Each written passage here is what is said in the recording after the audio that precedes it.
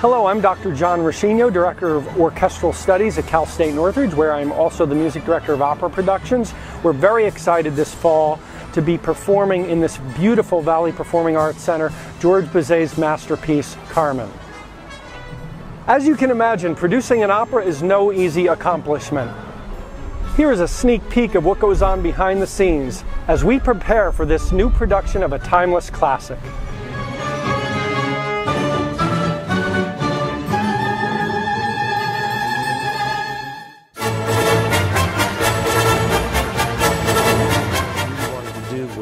Find something that we can relate to today, and it immediately brought me to think about the issues that we're having with illegal immigration from Mexico. I've set it in a Mexico border town, and because we have a smaller cast, I wanted it to be a smaller town so that the passions are in that dust and heat and very desperate because there's really not a lot to live for. It began in a sort of imaginative journey in my mind about where to place the military, and of course I thought about border guards, and I thought about the inherent superiority of the American culture over Mexican culture, especially along that border. And then I decided that Don José would have emigrated to the United States. He has the position of a border guard. So when Carmen asks him to leave, we have a huge sense of loss. Not only is he leaving his family, not only is he going to leave the girl that he loves, Micaela, but he is also going to have to leave his country, his flag, and his citizenship. I think that sort of raises the stakes.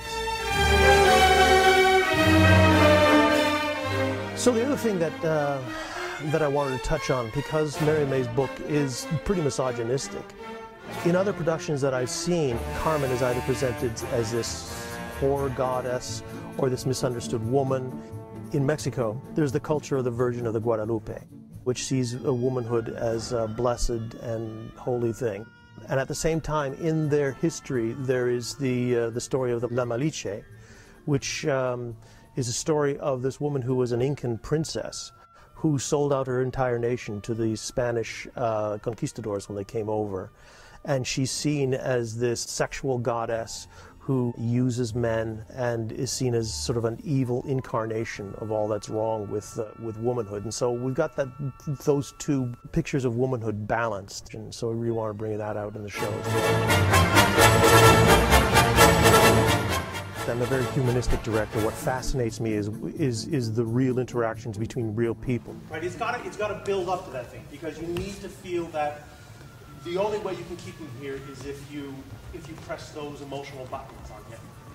And that really gets her excited. And so I wanted to bring back the quality of a relationship, a real relationship between Don José and this woman, and how women are perceived. And here is a woman who is very open and in touch with her own sexuality, with her own sensuality. And it's at once sought after by the men and also vilified by men. That was an interesting quality to her that I really wanted to work with. And what is it in her that Don José sees? Not just the fact that she is sexually liberated and he's not, but also there's something happens in the chemistry between the two of them that brings out the best and the worst in both of these people.